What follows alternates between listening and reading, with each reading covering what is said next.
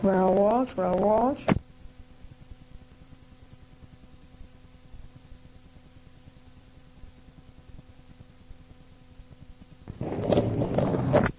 Roll, watch, roll, watch, roll, watch, roll, watch. And Father, who, much older generation than you, would never miss First Monday and Mule Day in Columbia. And the first time he went to New York City was during World War I. My father was in Tampa up that way. And my grandfather went up, and he wouldn't stay, he wouldn't see anything because he didn't want to miss Mule Day in Columbia. What were you doing buying mules? Oh, just putting them around the ranch in the early days. What would you like, a nice cold glass of fresh orange juice? Oh, I love that. That'd be marvelous. With some ice in it or without? A little ice would be nice. Little ice, all right. Grace, katakikimoto honjagi. Okay. Well, you talk about ranch. Have you had this one all the time, or did you have something else? Oh, I worked on the ranches in my younger days, you know, in Texas and Montana. Yeah, but you're from New York. How'd you get to the ranches? Yeah, I got out of New York early. It got too crowded. Yeah, but you started acting when you were practically a child. You were in your teens. Yes, but I didn't act till I got back from Montana. Huh. Well, how did you happen to leave the stage and go to Montana? Because you were already in movies and on the stage and everything when you were really young. No, I didn't not till I got back. Did you read my book? No, sir. I've got to confess. I did, though, research a biography at the Academy Library, so... Well, that was all kind of wrong, a lot of that stuff. Oh, that's the way you often is. Yes. Yeah. A lot of these people knocked off 3 years of my age. Well, tell me this. This used to be Joel McRae's property around here, didn't it? No, his was further over in a place where they call Thousand Oaks. Oh, yeah, I know where that is. That's over the hill there. Well, this is really lovely. I haven't been out in this this immediate area. And have you been in this location? I built this place when I retired. And we've got some cattle running back in the hills. There you go. Oh, and once a cattleman, always a cattleman. Have you read Bob Parrish's book, Growing Up in Hollywood? Oh, somebody read it to me over the phone. Would you comment on that? To tell the truth, I can't remember what it was, much about it. I think he spoke mostly about the big trail and John Wayne. He spoke about you throwing a punch for Mr. Wayne and you broke Eon Keith's jaw in 3 places, and that's why you put your fist in the cement. Is that right? Yes. He was a bad boy, that Iron Keith. Sorry to say. And you know, he seemed like such a gentleman. He always portrayed such a gentleman, you know. Well, one of the reasons that I have been so eager to meet you, I'm a John Wayne groupie. In fact, I called down Mr. Wayne's night before last and asked Pat and Stacy, told I'd never asked anybody to autograph a picture, but for one of my going-away presents, everybody makes such a joke about what a John Wayne fan I am. Somebody brought me this great big picture of John Wayne taken at about the time he made the big trail. And so I called down there and I told Pat I was going to send it down and tell him to write something suitable on it. I was going to hang it in Tennessee. She said, he'll probably write, I wish to God I look like that now. But how did you happen to pick a relatively unknown actor for such an important picture? Well, we were trying to get Gary Cooper for the picture, but he was under contract to Sam Goldwyn, and he wouldn't release him. And we kept interviewing people and taking tests. And I was standing out on the lot at Fox one day, and I saw this big fella come out of the property room. He went to a truck and lifted up a great big stuffed chair and held it up and took it back into the property room. He was about 6'4".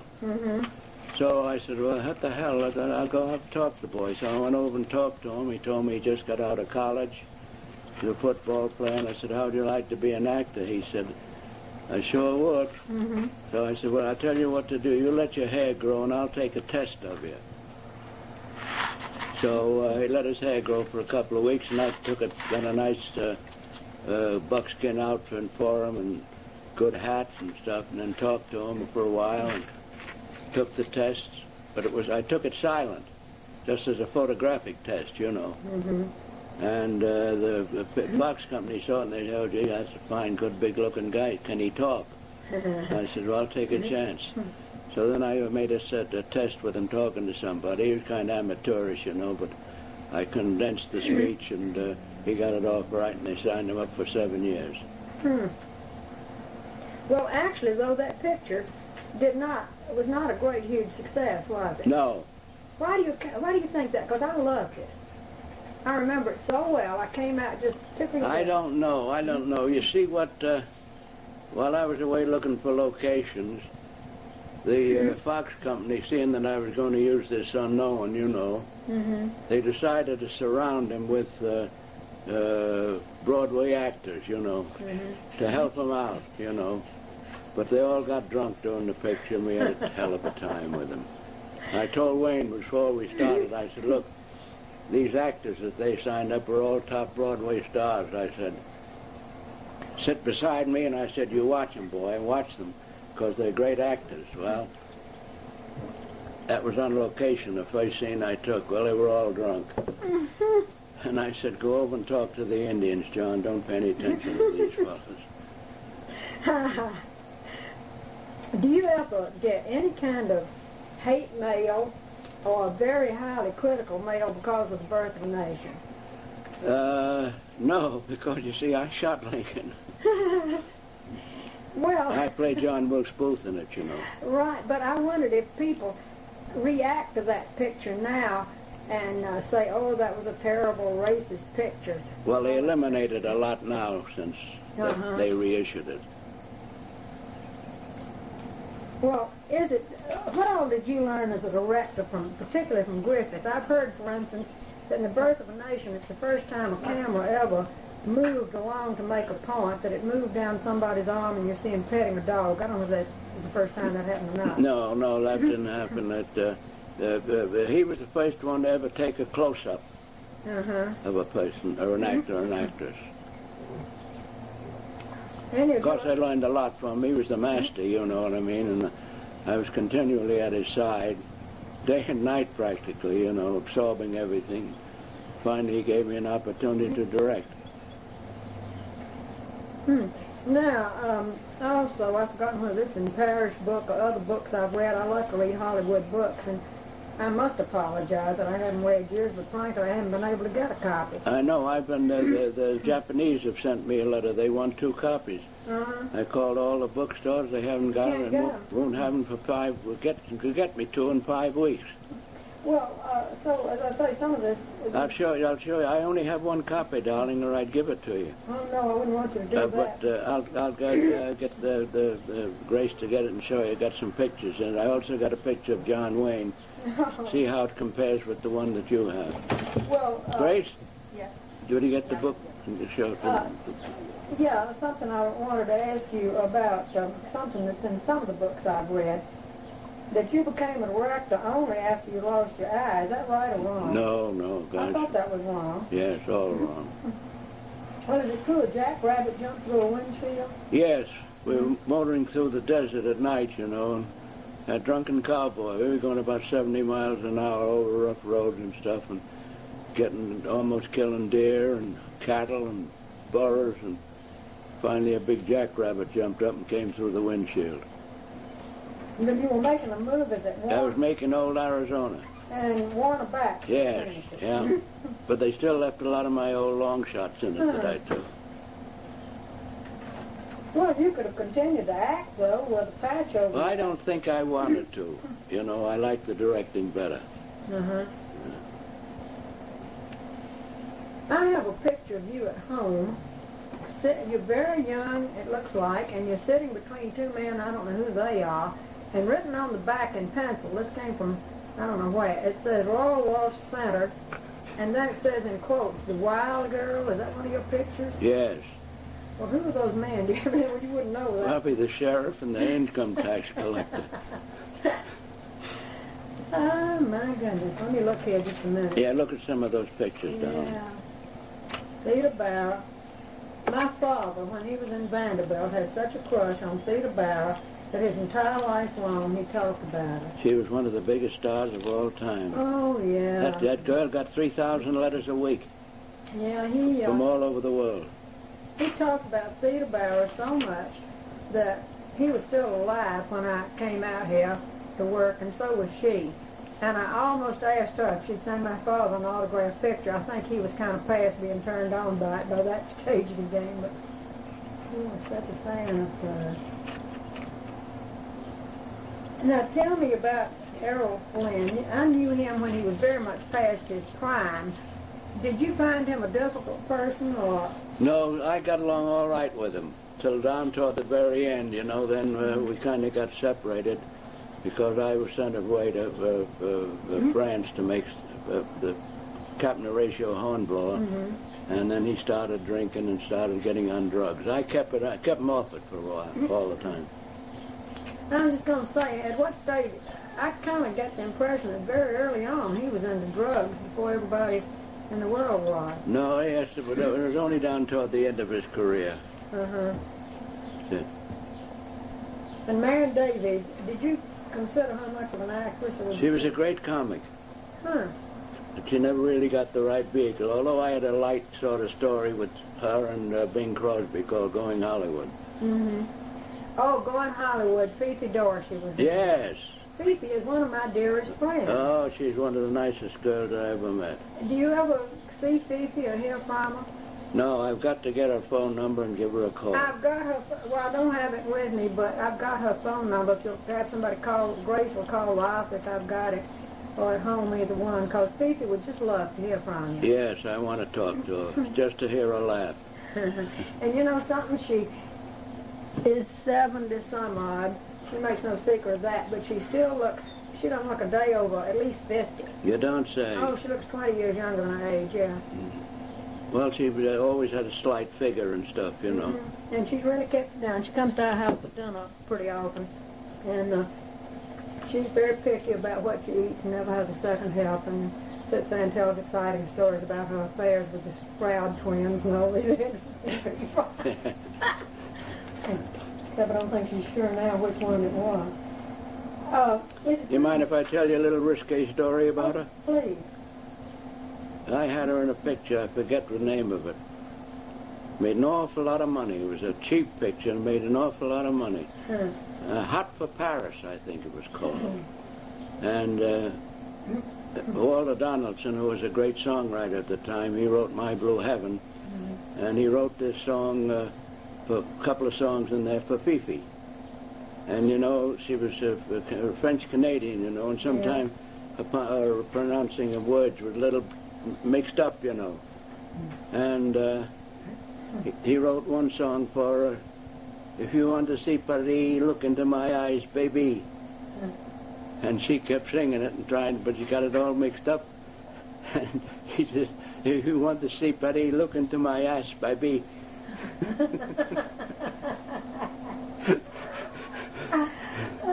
It got by the census. Funny. I'm sure everybody asks you which of your pictures is your favorite. I'll reverse it. If one of your pictures absolutely had to be thrown away and would never be heard of or seen again, which one would you choose? Well, there were many turkeys that I made. They were a lot of fly away. You're not a director then who says, you know, each picture's like my child and I would not ever let it go.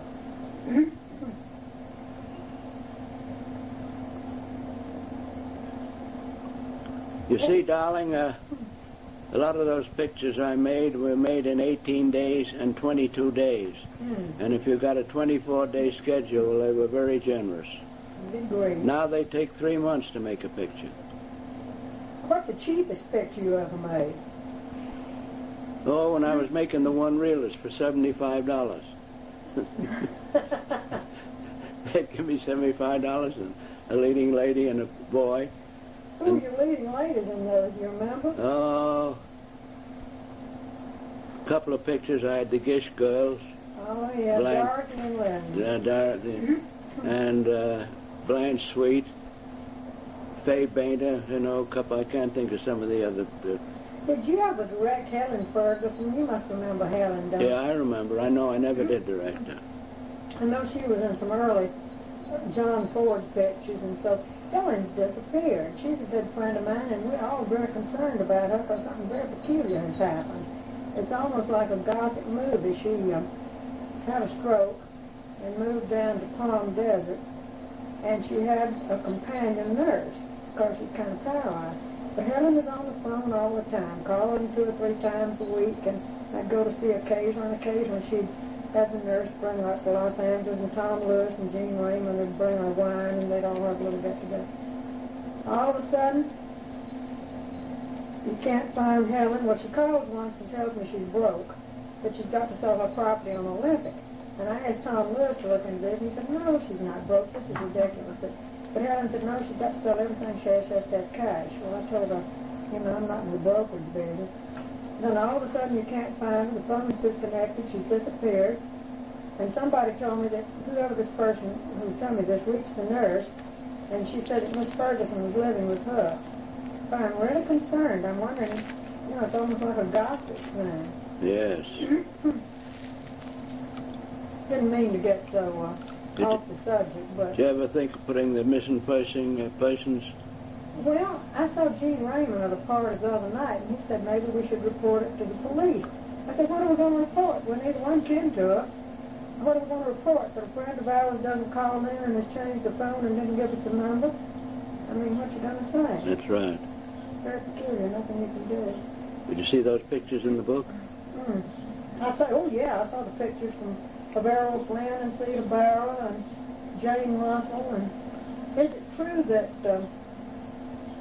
Mamie Stover, you had a lot of trouble getting boys to cut their hair to be sailors? Yes. We've had that happen a number of times. When I made Battle Cry, I was down with the Marines down at Vieques, and they all had butch haircuts and stuff. And when we got back to the studio, I had to take some scenes, and we notified the casting bureau extras that we wanted people with short hair, Well, they sent people out with long hair, and we had a terrible time. I had to let them all go, and I had to get some kind of a permission from the Actors Guild to use a lot of football players. Now, The Thief of Baghdad, did you direct that? Yes. Now, I gotta say, you're really my hero, because next is Big Trail. That's my favorite picture. When I was a little girl, I wanted to grow up and be Douglas Fairbanks Sr. And it was years before I found out that was out of the question, and maybe I could be Constance Bennett. But how did they make the carpet fly? I got a hold of a huge crane, worked on buildings. It was 80 feet up in the air or more. And I got the idea of putting on wires and putting the carpet there, and the crane swung it over the city. Well, I've read Jim Bacon's debates on the subject. Did Fairbanks really do all his own stunts? Yes. Before we started the picture, we rehearsed for about a month with his work on the trampolines, And he's very, very, very... He's a perfectionist in that line. Why do you think Douglas Fairbanks Jr. never really quite caught on the way his father did? Well, he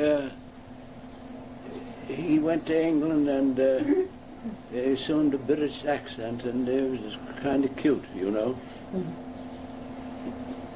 do you think if he hadn't done that, though, he would have caught on like his father? Well, he was never the athletic man like his father was, Of the different stars you've worked with, which ones are your real particular favorites? Which ones have remained close friends, not just somebody you work with? Pancho Villa. I was just looking at the picture. Funny you should say that. Yeah.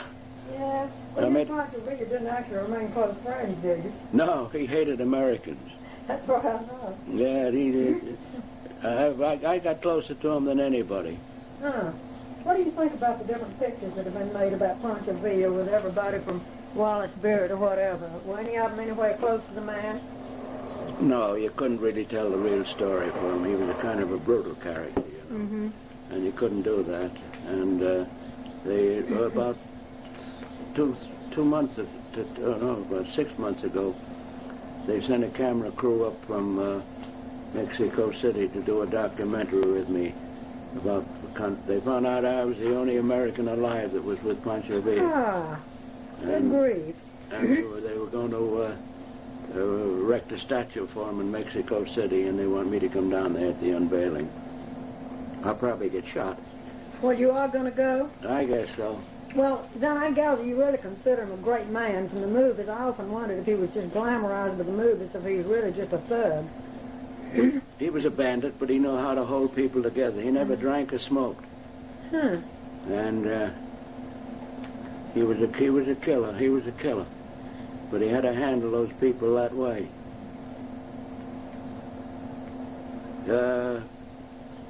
Lillian Gish and myself, I'm the only male member still alive from the Birth of a Nation. Yeah. And she's the only girl.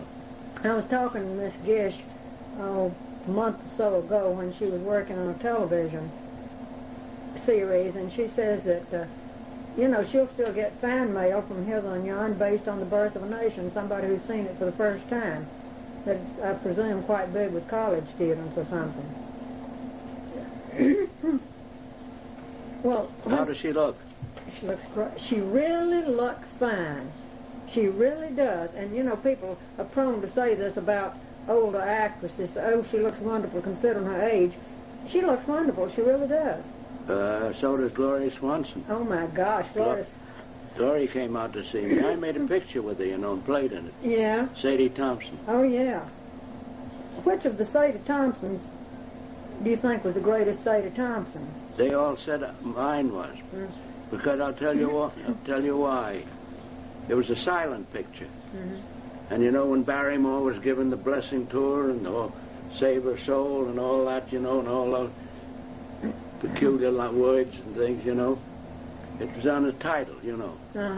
But when Houston played it, now nobody had ever seen it before. They'd never seen the picture Rain, you know. It was all new to them, and they believed it. But when Houston did it, you know, and with the talking thing, they laughed when he started to give the religious things, you know. And I was at the Biltmore one time at a party, and I was dancing with somebody, I forget who it was. And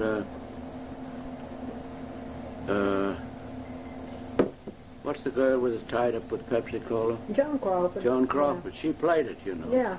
And she was dancing with somebody, and she stopped and came over and told me, she said, I want to apologize. Oh. Well, now, that was really the question. Not when I say which is the greatest, I mean, obviously you liked the way you did yours because that's why you did it. But I wondered if every director, maybe, if he does something that is done many times by many people, later sees a different cast or later sees a different script or later something thinks, gee, I wish I'd had that star to work with, or I wish I'd had that whatever. That's the reason I... Yeah. And so many people have played Sadie Thompson one way or another. Yes. Well, you see, when Crawford made it, I don't want to criticize the director or anything. You see, when I made it, it all took place in this little hotel, you know, with the tin roof where you could hear the rain and all that sort of stuff. And they were all housed in. A room on this floor, and then there were 2 rooms upstairs, and they were all huddled together with their drama. But for some unknown reason, when they made it with Crawford, they had it like a big roundhouse, so they could pan around and do it inside the car, dolly with the people and stuff. They overemphasized it. Why did you retire? Beg pardon? Why did you retire? Why did I retire? Right. Well, I tell you, they were shipping me all over the world to make pictures, you know. And the unions kind of made it tough, you know, and I just said, give it up. Well, is there any property, maybe that hasn't even been written, that it's still in history or in fiction, a character or an episode that you really would like to direct sometime? Somebody that hasn't been brought to the screen, or you've never brought this person to the screen? It's pretty hard to think of somebody with all the directors and all the companies, you know, reading all the time. They're at the top attractions. Well, you know, even something that somebody else has done that maybe you'd really like to do. Well, I hate to make a remake of anybody else's picture. A lot of remakes sometimes never pay off, you know. Why do you think... You never saw my original What Price Glory, did you? Yes, I did. Yeah. I certainly did. Well, I've been going to movies a long time. Well, I liked that picture. Uh-huh. It was good and rough and tough, you know.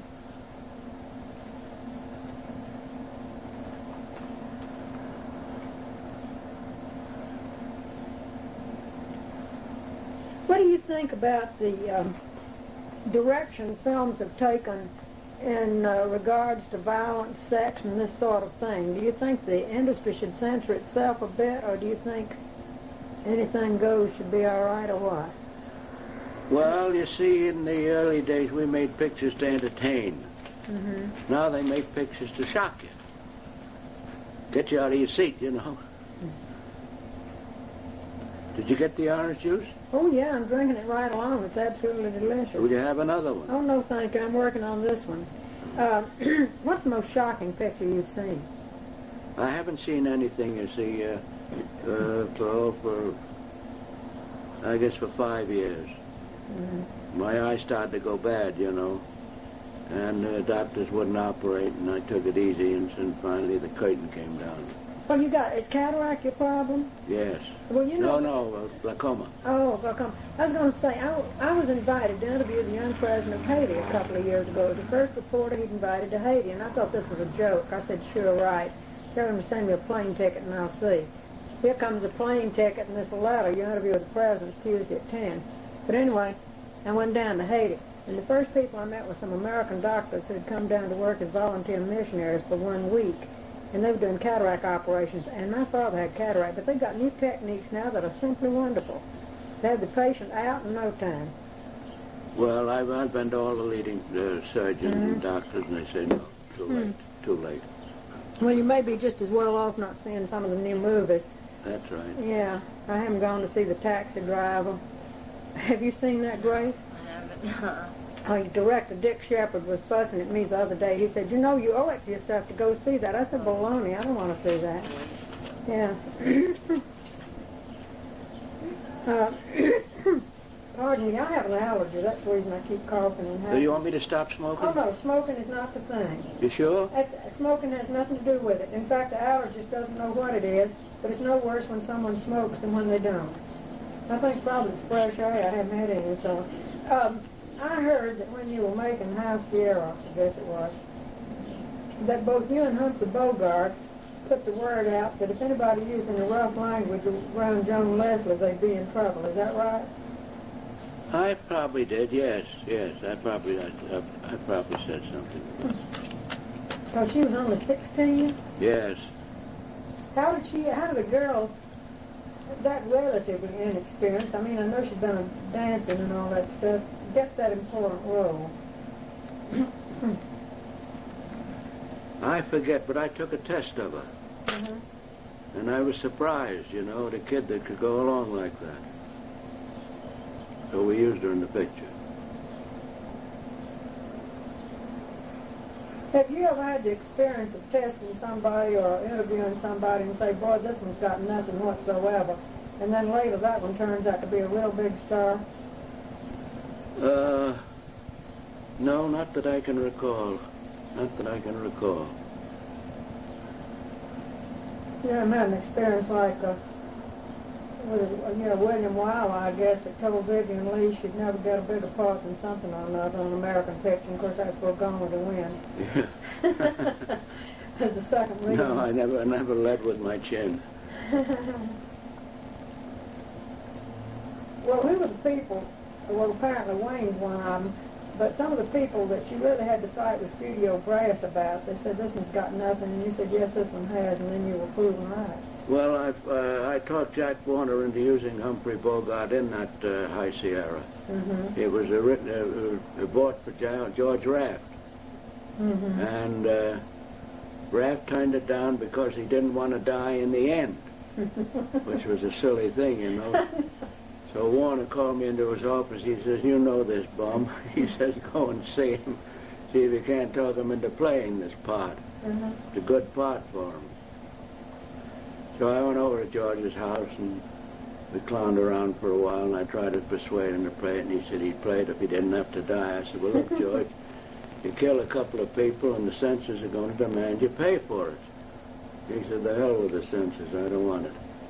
So then I went back and told Warner, I said, no, I talked to him. I said, he wants no part of it. And he said, what are we going to do? I said, you got a fellow in the lot here that's been playing second leads, Humphrey Bogart. He said, well, he's a tough guy to handle. And I said, that's all right. I've handled tough guys before. I'm no gay boy. So he said, all right, if you want to take a chance with him, go ahead. Well, you really were taking a long chance with that cast because Humphrey Bogart really didn't have much drawing power then, and Joan Leslie was nobody, really, and... Lupino wasn't too hot either. Yeah, you really didn't have anybody that was much of a name. That was the story. Uh-huh. What was the hardest location you were ever on? I guess the Hornblower thing was pretty hard. I was out down in the Mediterranean with that big ship, you know, a lot of going from port to port.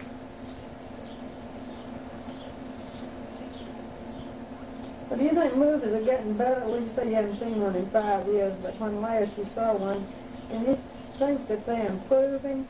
Do you think they're getting worse? Well, I don't know. There seems to be a lot of foreigners coming in, you know, and giving their sort of technique to the picture business. And sometimes that foreign humor don't get over with the American public, you know. What do you think of Marlon Brando as an actor? Give me a critique. Well, he's a good actor. He's a good actor, but he's a little bit screwy upstairs. I'm very strange. I'm not one of his fans. I'm not one of his fans. I'm very strange that way. Most people, when you say name your favorite actor, they say Marlon Brando. Not mine. I think my favorite actor is Martin Sheen, and nobody knows who he is. That's it now. He's going to really come along, though, mark my word. Was he an Englishman? No, he's a boy from around, I don't know where Marty came from, around somewhere. And TV Guide had an article the other day, the superstar of television, Marty, for about 5 or 6 years now. Every time you turn on television, if it's a movie for TV, there's Martin Sheen. He's been everybody from Pretty Boy Floyd to Private Slovak to, you know, just... Oh, yes. And my husband was saying the other day, there must be some other actor can do all this stuff, but he's there all the time. All of a sudden, he's made it in feature films. I was in Rome recently, and I was on the set of the Cassandra Crossing. There was Martin Sheen. I didn't know he was in it. And now he's in the Philippines in Apocalypse Now, and I'm thinking if he gets some good pictures, all of a sudden, he's going to be a big name. I don't know. You see, Bogart, Flynn, Cooper, Gable and Cooper, they all died within a year and a half or 2 years, you know. Left a big hole in the industry. That's true. Sometimes when I see an old movie on television, I think if they were going to make this today, they couldn't make it. They got no cast. Now you're talking. Yeah, no cast. No. And the case is even worse with women. Who are young actresses that you think have any of the quality to be ruled? I don't know. They don't get an opportunity to do anything today. They don't seem to write for women anymore. They just get a couple of guys that look alike and hair the style, big bushy hair, and then that's it. They will play a sheriff in a television show, and the next pitch he's out, he's a star. They don't figure how long it took Gable, Cooper, and Flynn, those fellas to attain stardom. What's your definition of a star? Fellow that can draw in 7, 8, or 10, $15 million. See, all of the companies knew what these stars all could gross, and they know what to spend on the picture. It was a business. Some would be good for $5 million, others $4 million, others $6 million gross, you know. Who is the star that probably brought in the most money for the box office of all time? Who would you say is the all-time champ? Let me see. It might be Gable.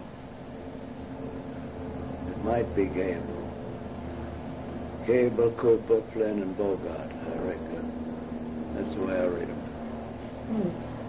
Gable, Flynn, Cooper, Bogart. Well, I sometimes say you know, well, Clark Gable wasn't Clark Gable when he first got to Hollywood, that he was a product of a lot of shaping and developing and promoting. But on the other hand, you hear things like how when Gary Cooper got his first little bit part in Wings, the minute the camera got on him, everybody in the audience began to write fan letters. Yes. Did that happen with many people who became big stars at one little bit? Yes, some of them jumped from a bit and stuff. Cagney jumped from small parts into a big star. Uh-huh. He's a great actor, a great man to handle. He and I got very close. Did you see White Heat? Yeah. Mm-hmm. He likes that picture. I went to the press conference he had, I guess, a year and a half ago when he was out here for the AFI, and I must say he was so interesting. And I know he doesn't do interviews much, but once, if he put himself out for the press, he wasn't going to waste his time as well as everybody else's. I mean, he was going to really talk, and he was just great. Orson Welles, the next year they have him, totally different story. Yeah. Big nothing. Yeah. You'd have thought all the press was contagious, the way they had, you know, you mustn't stand too close to him, and you mustn't, you know. Yes, yeah. Look him full in the face or he'll get irritated. And then he demands what side of his face he wants photographed. Yeah. Have you ever had a really hassle with the press? No, I got along with them pretty good. I got along to see it. That was in the days of Llewellyn and Hedda, you know. And, of course, I lived up at the Hearst Ranch for been there 15 years, you know, every weekend and on holidays and vacations. And got very close to Mr. Hearst and I. What happened on the boat, in your opinion? Ince had an attack, stomach attack, and they took him ashore, and they were going to take him to the hospital in San Diego, and he said no, he'd rather get on the train and go back to his doctor in Los Angeles, and he died. Yeah, well, I knew that was the official story, but somebody... No, somebody started that thing. This man, Mr. Hearst, was a gentle man. He was never in for violence and stuff. He'd never think of a thing like that.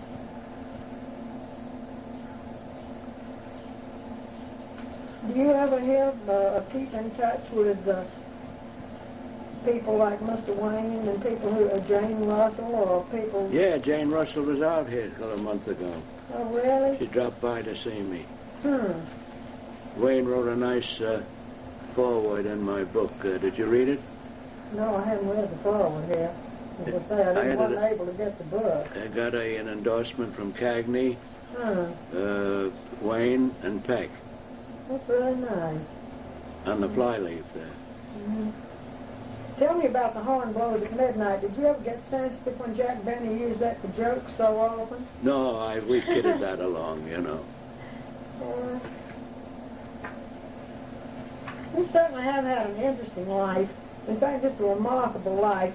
But do you ever fantasize and think, well, now, if I had zigged instead of zagging here, perhaps today I would be a brain surgeon or something? I mean, do you ever think... I've probably been a plumber. But you never had some other totally different career in your fantasy, in your Walter Mitty life, that maybe I really should have done whatever? No, I stuck to the old straight line of the motion picture business, dramatics.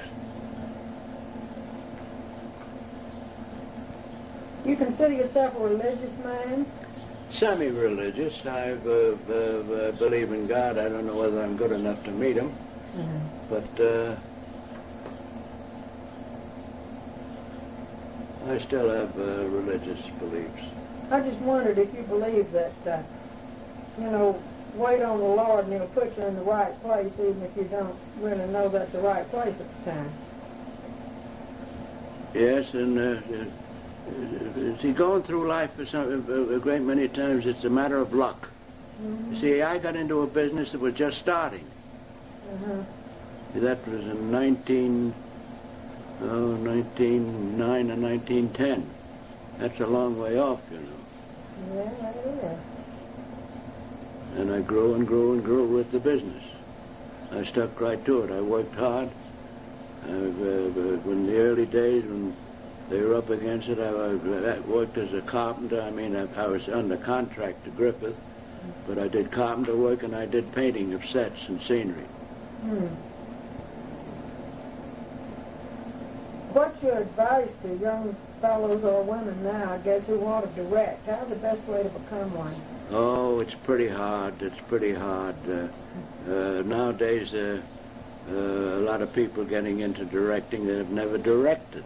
That's true. They just pick them out of the woods. You see, usually in the early days, it was generally an assistant that had been with the top director for quite some time, and then they gave him an opportunity, you know. But they don't do that anymore.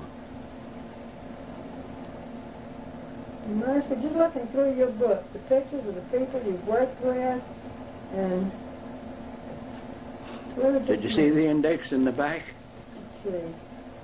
Where are we? Oh, thanks. So. Let me put this down a minute. Oh. Well, yeah, I see the index. Just a list of...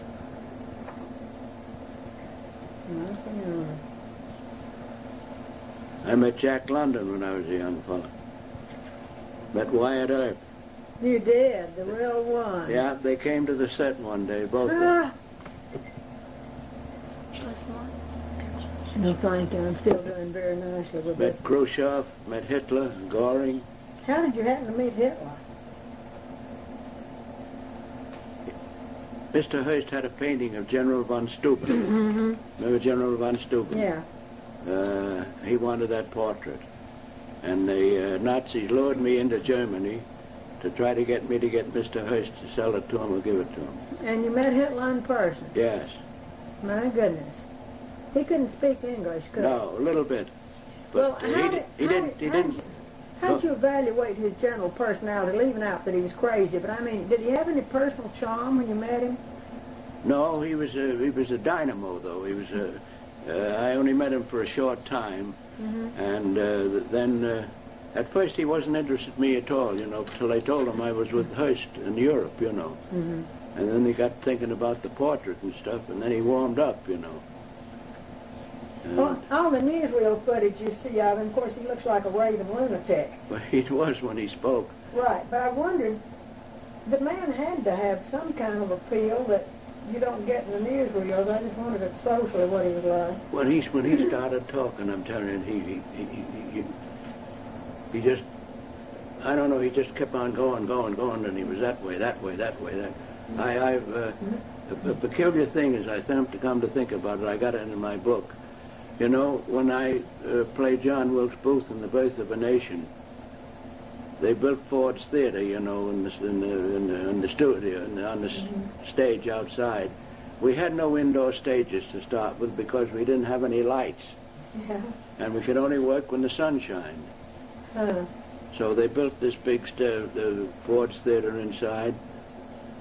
I came in and looked up in the box right at the right there, and there was the Lincoln, and I worked away around the back of the theater side and up the stage.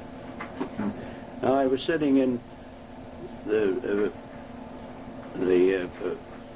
I forget the name of the theater, the Palace something, and Hitler was sitting in the box up above me, and I was sitting in the down below like I was in Birth of a Nation. And I thought of later on, if I only had a gun, I could have gone around the back and done the same thing, you know.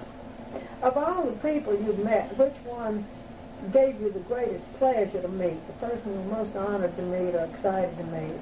The one I had the most fun with and stuff, even though it didn't come out, was Sir Winston Churchill. Oh, I'm sure he was just I really admired him enormously. I never met him, of course.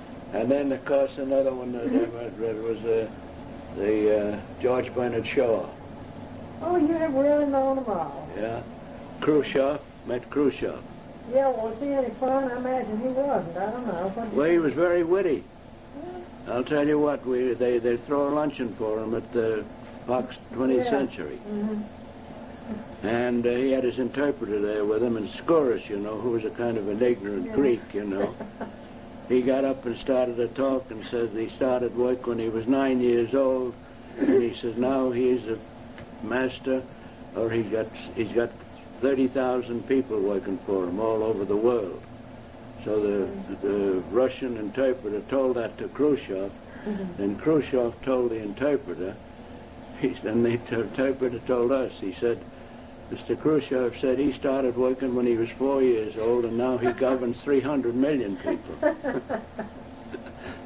So after the luncheon was over, he came down, Skouras brought him down to introduce him to Buddy Adler. I was sitting at the table with Buddy Adler and Marilyn Monroe, and he introduced Khrushchev to us, to Adler and to me and to two girls and stuff. And Khrushchev asked his interpreter there if Mr. Walsh would have had accident to your eye. And Buddy Adler said no. He said yes. He said Mr. Walsh was a secret agent, and he was working in Russia, and he was peeking through a keyhole, and he lost his eye. What did Khrushchev say then? He laughed. Do you think Marilyn Monroe would have continued to be a star, popular star, if she'd lived? Yes. Why do you say that?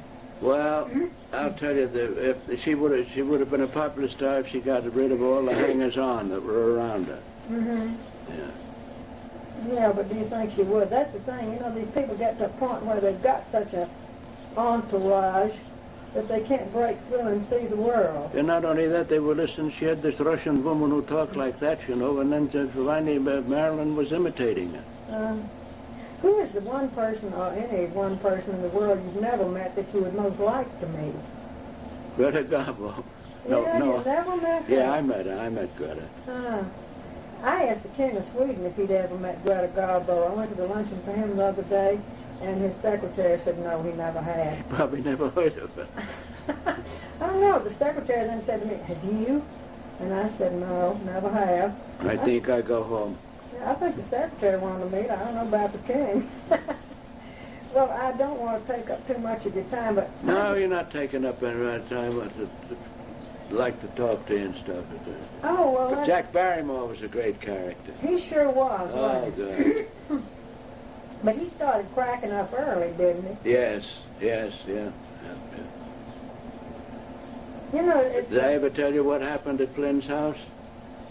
The thing about Barrymore's body, is that true? Yes. That really happened? Yes. I just could hardly believe that. I'd heard that story, but I didn't know whether it was true or not. Yeah, he's got it in his book, too, that I brought the body up there. Yeah, and you really... How did you manage it? How did you get the body? I went, John Decker, who was with him when he died, and he took him out of the hospital, and he was going to take him to one of those high-class funeral directors up in Beverly Hills, but he took him... He knew that Lionel didn't have much money, you know, so he put him at Malloy Brothers, and Lionel got home. Lionel was in St. George, Utah, making a picture. And Decker came to the house and told Flynn and myself that Barrymore just died. And of course, Flynn, you know, got very dramatic. See, in Flynn's house there was two big chairs here. And over there near the wall was a couch.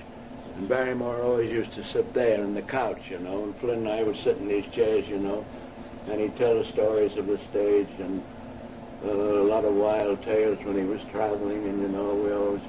So the four of us with Decker became great camaraderie, and also sometimes in the early part of it, W.C. Fields was in on it, you know.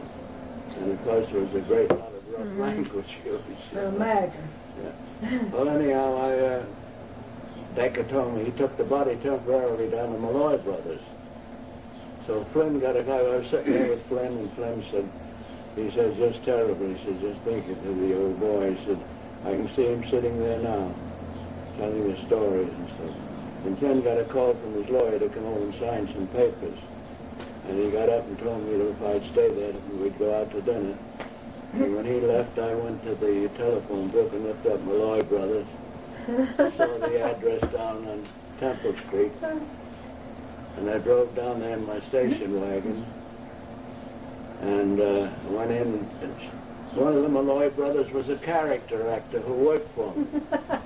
So So I knew what was it. And he poured a couple of drinks. We had a couple of drinks there, and he had pictures of funerals and people all over the wall. Naked women and men funerals. He was a weird character. And I said, Dick, I said, I'd like to take Jack's body up to an old friend. I said he's got arthritis, and he ought to say goodbye to him before he died. Oh, God. Well, Malloy was pretty drunk, and he thought for a while. He said, oh, that's, he said, I can't do that. He said, so they may come to take the body up to Beverly Hills. And I said, well, get another body. So I finally talked it into him, so he went in and got Jack's body. We wheeled it out, and we put him in the back of the car, and I started up for Flynn's house. And he had a drunken butler up there, a Russian, Alex. He was drunk all the time. So I went in and I said, Alex, Mr. Barrymore's in the car and he's drunk. I want you to come and help me carry him in. So he said, all right, Mr. Walsh. So we went out to my car and I got a hold of Jack's body and we was carrying him. He said, Mr. Walsh, he said, I think he's dead. That's a funny thing to laugh about. I said, he's drunk, not dead. You've seen him like this before. And we're going, he said, so we put him to bed? I said, no. Set him on the couch there and give him a drink. Oh, God. So we set him on the couch where he always used to sit. And I tried to put his leg up like mine, you know, but they were both sticking out. And I had to finally bend him. And I had to put a book down to hold his legs on the ground. So he said, the Russian says, I think he's dead. I said, Alex, he's drunk. So are you. I said, get him a drink. Well, he went and mixed a drink for him and gave it to me.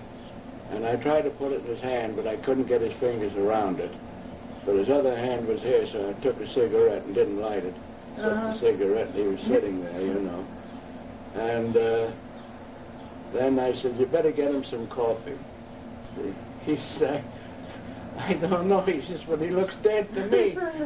I said, you're drunk, Alex. So is he. So finally Flynn came in, and he went over and put some papers on his desk over there. And he came back and sat down in the chair where he usually sits. And then he looked.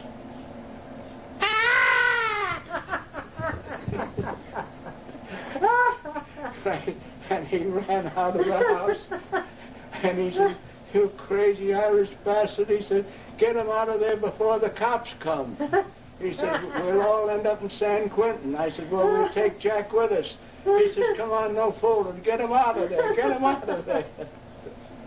Well, and he was peeking behind an oleander bush in the garden. So finally, I went back in the house, and Alex was standing there with the cup of coffee. So I said, come on, Alex, let's put him in the car. And we put him in the car, and I took him back. Good grief. When I got down there in Malloy, I blew the horn. Malloy came out, and we took Jack in, and he said, where the hell did you take him? And I said, I took him up to Harold Flynn's. He said, why the hell didn't you tell me I had to put a better suit on him? Oh, my God. But didn't it kind of give you the creeps to do a thing like that? I'd kind of... I worked for a doctor up in Butte when I was a young fellow driving him and helped with his operations and stuff. Saw people cut open. Oh, gosh. Well, it's so sad that a man like John Barrymore, Errol Flynn, quite a number of the people who really had the, not just talent, but could project star quality, Yes. came to such rotten ends. Yeah, they were two of the handsomest men in the world, I think. Yeah. Barrymore and Flynn. What is it when a person is beautiful, successful, beloved, working, you know, really got it all, it looks like, they go all to pieces. It seems like it's harder to keep it together than if you got nothing sometimes. Well, I'll tell you the story of Flynn. He and I got very close, you know. I kept him off the liquor while he was working in my pictures. I told him, I'll take a drink with you at 5 o'clock. And he lived up to it and stuff. And whenever he got in any trouble or anything, he'd always call me. I didn't live far from him. And I'd motor up the house and he'd tell me some sad tale that he was some trouble he was in with some girl or some darn thing, you know. and I'd help him get out of it and stuff. And finally one morning he called me up at 2 o'clock, and he called me Uncle. He says, "Uncle, can you come up?" He said, "I got some bad news." Now, that was during the war, you know, and they had called him down to the review board there for enlistment.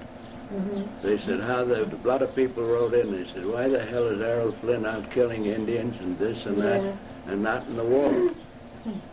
So they had him down there 5 times. Whenever they changed a board member, the first thing the new board member did was to send for Flynn.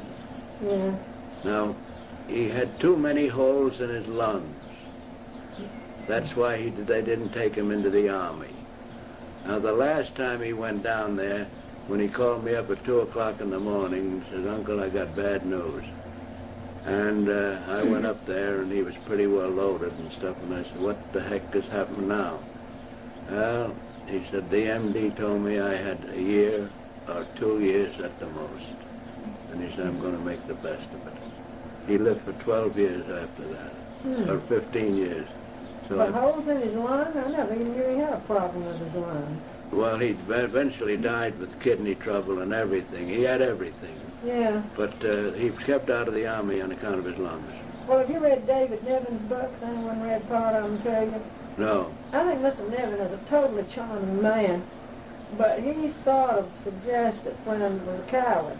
Coward? What he actually says was that he elected to rush back to England and volunteer and do this and that, and these other actors rushed off and volunteered, and that Flynn elected to make pictures, and he said, "Of course, every man has to decide for himself." I'm paraphrasing, but that's the thrust of it. No, darling, he had too many holes in his... I spoke to the board. Uh-huh.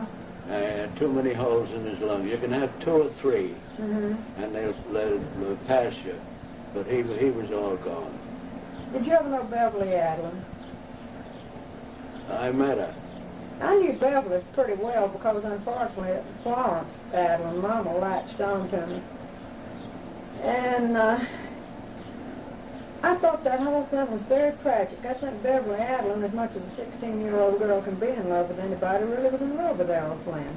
And Yeah, her mother was crazy. Yeah, he was a charmer. He was a charmer. He was a Don Juan. And he was in bad shape. Have you ever seen a man around town who calls himself Jason Flynn?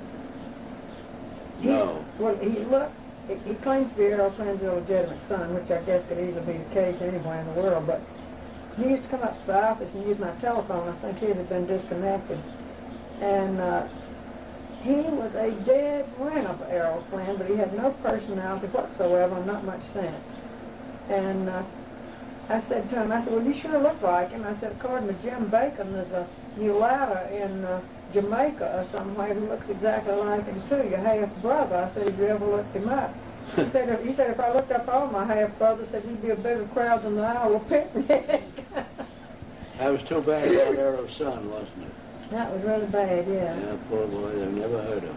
No, I think he must be gone for good. Yes. Yeah. He was a nice-looking boy. Did you ever meet him? Never did. Oh, no. he was a nice-looking boy. I met one of the daughters. One of them was a stand-in for somebody for, I've forgotten. She was I just heard that one of them, I forget which one it is now, is one of the leading models in London. Yeah, well, they should all be very good-looking because he certainly was handsome. Yes. Do you ever get any kick from all the Indian faction about your Custer picture?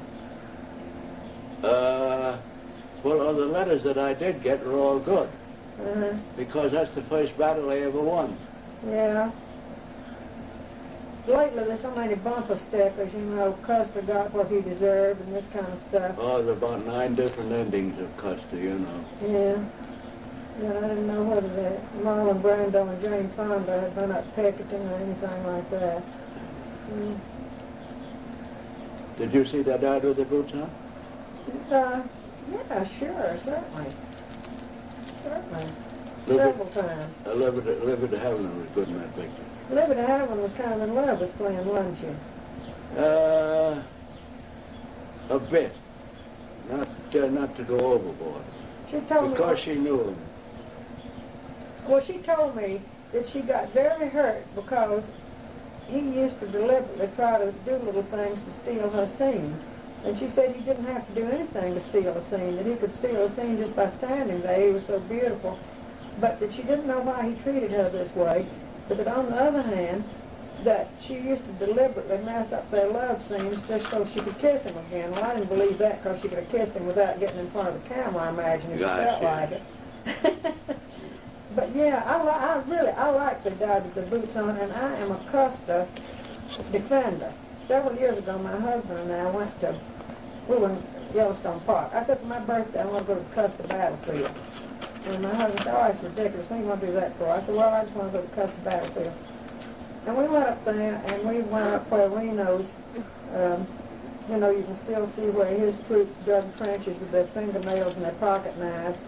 And you can see where they put the sharpshooters to try to cover volunteers who went for water and everything.